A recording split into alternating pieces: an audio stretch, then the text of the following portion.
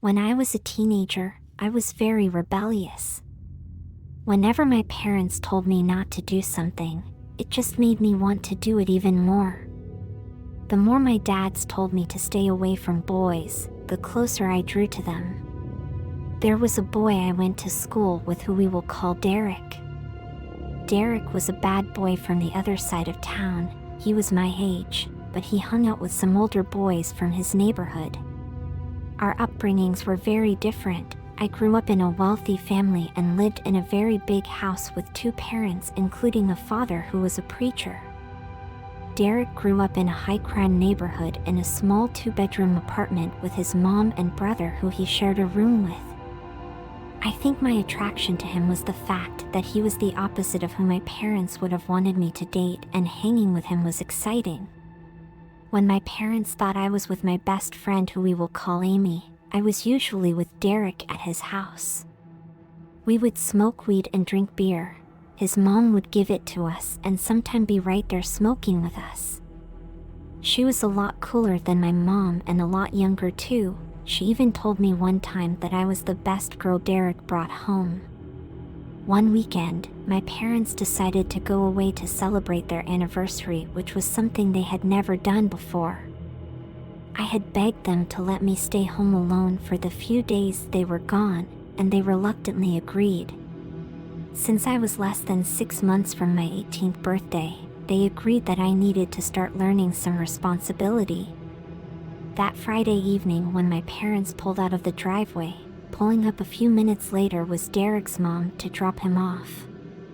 This was his first time ever coming to my house, and he was amazed at what he saw. I gave him a tour of our house, and he even asked if he could sit in my father's executive chair in his office. That night we had a blast. We hung out by the pool and smoked and drank until late that night. We woke up the next morning and he asked if a few of his friends from the neighborhood could come over and bring their girlfriends. Of course, I said yes, and less than an hour later, about 5 of his friends and their girlfriends were there. We smoked and drank some more. Before I knew it, we were having a full-blown party by the pool. My parents called to check on me. Each time they called, I would go into my bedroom to talk to them. On my way out of my room, I noticed that one of Derek's friends was coming from my dad's office. We never allowed anyone into my dad's office, especially with the money and confidential documents he had in there. He was intimidating, so I didn't ask him why he was in the office.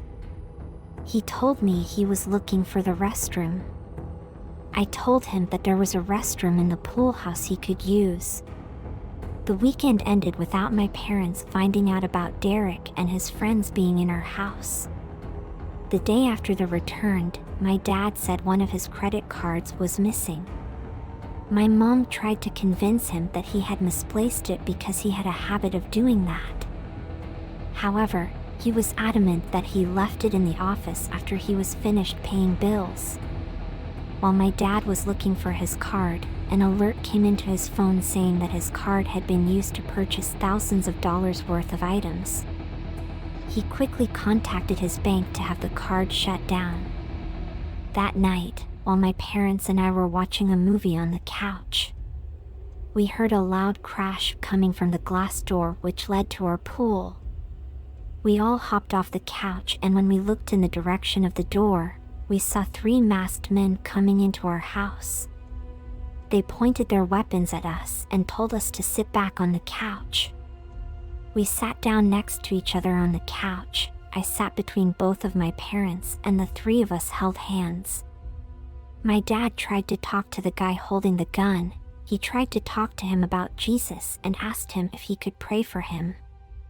The more my dad spoke, the angrier the guy became. He told my dad to shut up, and he hit him in the head with his weapon, which caused my dad to bleed. My mom and I were so scared we were crying and hugging each other as my dad held his head.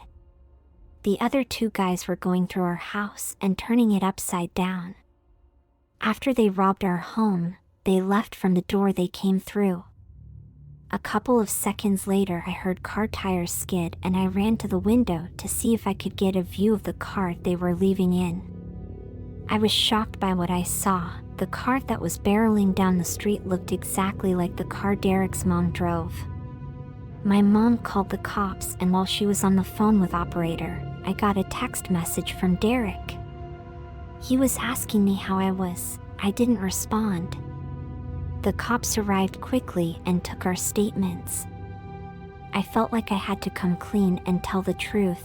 I told my parents and the cops everything that happened that weekend and told them that the getaway car looked a lot like the one Derek's mom drove. My parents were very disappointed in me, especially my dad. When I saw him bleeding from his head and in so much pain, I felt guilty. I had caused my family a lot of anguish, and I wouldn't be able to live with myself if I had not come clean. They had trusted me, and I disappointed them in a major way. While the cops were taking our statements, a call came in and we found out that a car fitting the description of the getaway car was found in a park close to my house. There were 4 suspects, which included a female driver. In the car, the police found my dad's credit card, cash stolen from my house, and a few other sentimental things.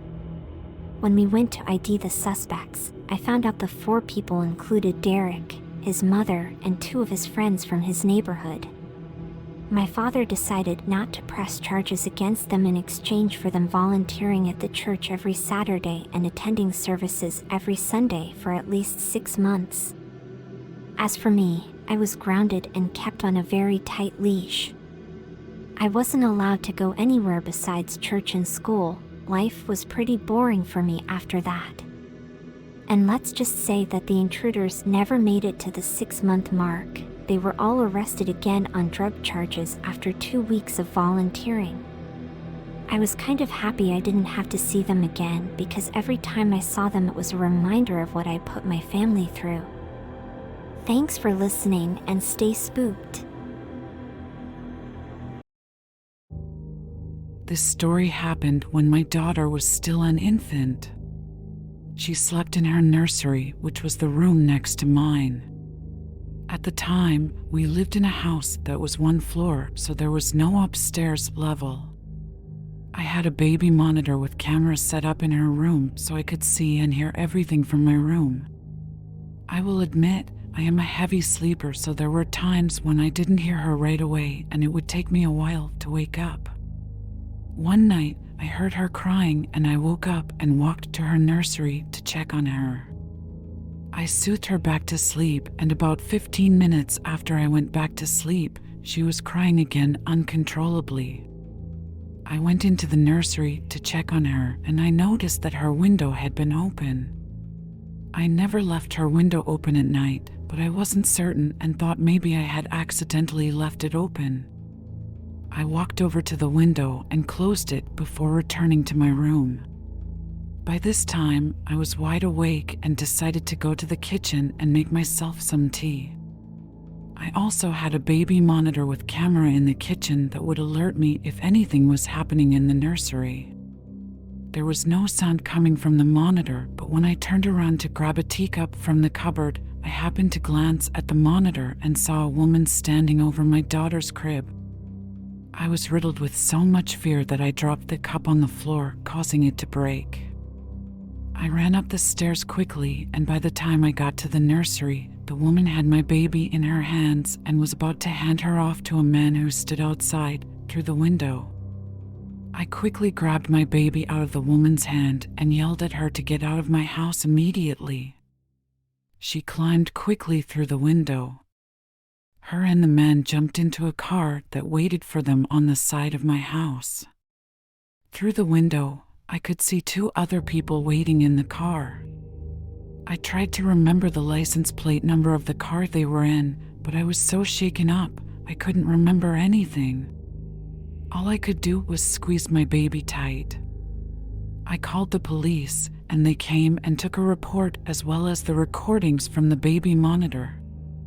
I also took my baby to the hospital to have her checked out because I didn't know if the woman had done anything to her or given her anything. Everything was okay with my baby, but the people who tried to steal her from me were never found. At the hospital, I reviewed the baby monitor footage with the police, and I saw the creepiest thing ever. When I went to check on my baby, the woman was hiding in the closet while I was in the room soothing my baby to sleep. I couldn't believe it. This woman was just inches away the entire time. I felt sick to my stomach and I became angry and wanted to find her and hurt her. For a while after this incident, I moved my baby's crib into my bedroom so she would be close to me. Eventually, we were able to move to a 2-story home where she could be on the 2nd floor, which was much safer. I still get creeped out to this day when I think about the incident. About 10 years ago, I was visiting my grandmother who I hadn't seen in several years, so I decided that I would stay with her for a few weeks. During my stay with her, we had received news that the area she lived in would be struck by a hurricane. My grandmother lived in a very wealthy community close to the beach and in an evacuation zone. The governor had ordered that all residents in evacuation zones evacuate and take shelter somewhere else. My grandmother, a stubborn 82-year-old woman who had lived in her home for more than 50 years, had refused to evacuate. After trying several times to convince her that we should leave, I gave up. However, I wasn't going to abandon my grandmother. I decided to stay with her. The days before the storm was set to hit Granny's home, we went shopping and bought enough food, water, and other essentials to last through the storm. A lot had changed in Granny's neighborhood since the last time I had been there as a teenager. Most of the homes were rebuilt into mansions, which was quite the opposite of the modest homes I remembered them to be several years prior. A lot of the elderly people had retired and moved south where the weather is warmer, or they had passed away. The younger crowd changed the landscape of the neighborhood completely. Granny was one of few elderly people who remained and kept their home the same. In addition to the homes looking different, so were the faces. Granny's neighbors were strangers to me. As we unloaded our groceries from the trunk of her car, neighbor after neighbor drove by and waved. Most of them seemed to be leaving in search of safety. One neighbor, who we will call Bill, stopped in front of my grandmother's house. "Hey Jane," he said to my grandmother. My grandmother turned around and greeted him before introducing me to him. I learned that Bill was her next-door neighbor. He and Granny chatted a bit about the hurricane that was expected to hit. Before driving away, he asked, "Are you guys evacuating?" "We are still deciding," Granny said. "My family and I will be right next door if you decide to stay," he said before smiling and driving away. My first impression of Bill was that he was a nice man. It was also comforting to know that we were not the only ones who would not be evacuating. I watched Bill as he drove his luxury car into his 3-car garage attached to a jaw-dropping multi-million-dollar home. The following day, news reports continued to warn that the storm was going to be making landfall by late afternoon. Granny and I prepared for the storm to hit by ensuring that all our flashlights had batteries, and all the doors and windows were secure. Before the storm hit, I decided to move my car from the garage and into the driveway just in case the power went out and we needed to leave. The hurricane made landfall and it intensified by the hour. During the evening at about 8 o'clock, the power went out. We decided to go to bed because there was nothing else to do. At about 10 o'clock, I heard voices at the front door. I heard a female voice say, "You think they're home?" Followed by a male voice which responded, "I don't think so." After that, I heard someone trying to open the door. I looked through the window of my bedroom, which provided a good view to the front door. I saw 2 males and a female in trench coats. "Hello," I yelled through the window cracks. Nobody said a word. Instead, they left and walked to the other homes in the neighborhood. I went from to room in the house trying to get a better view of what they were doing. I saw them going from house to house, checking doors and looking through windows. I couldn't believe it. There were people crazy enough to walk around in the middle of a hurricane. About 10 minutes after the trio tried to open Granny's door, they returned. Now, one of the males was standing in the driveway. I shined my flashlight through the window and directly on him to let him know that I was watching him. The flashlight didn't seem to scare him away, but it did get his attention. I picked up my phone, which had no service bars but still allowed me to dial 911. I explained to the operator what was happening. She suggested that I continue to shine my light on the male as he stood in the driveway.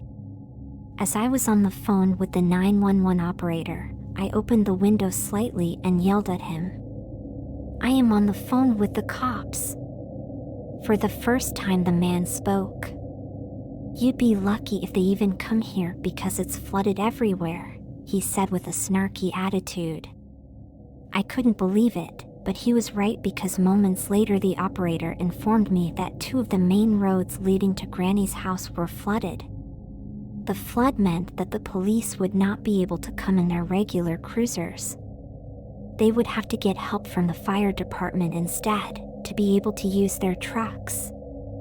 She informed me that this could take a few hours, and my jaw hit the floor. I couldn't believe it. I was so scared. I thought that by the time the cops got there, these people would have already done something bad to me and my grandmother. I spent the next hour and a half on the phone with the operator, who kept asking for a physical description of the 3 people I saw.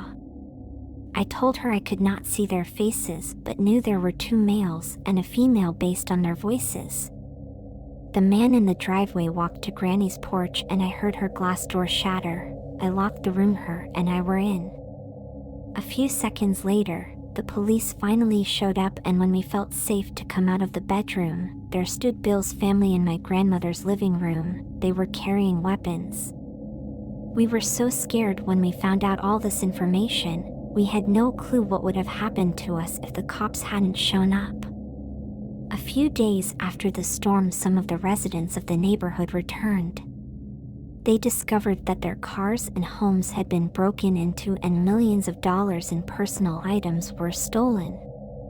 The cops returned to investigate and later concluded that Bill and his family were breaking into the neighbor's home. We heard through the grapevine that Bill and his family were deep in debt and were at risk for losing their home and everything they worked for. They were planning to sell all the items in the process and were willing to hurt anyone who stood in their way. They did lose everything in the end, and Bill went to jail. They no longer live in the neighborhood and Granny's house sold after she passed away.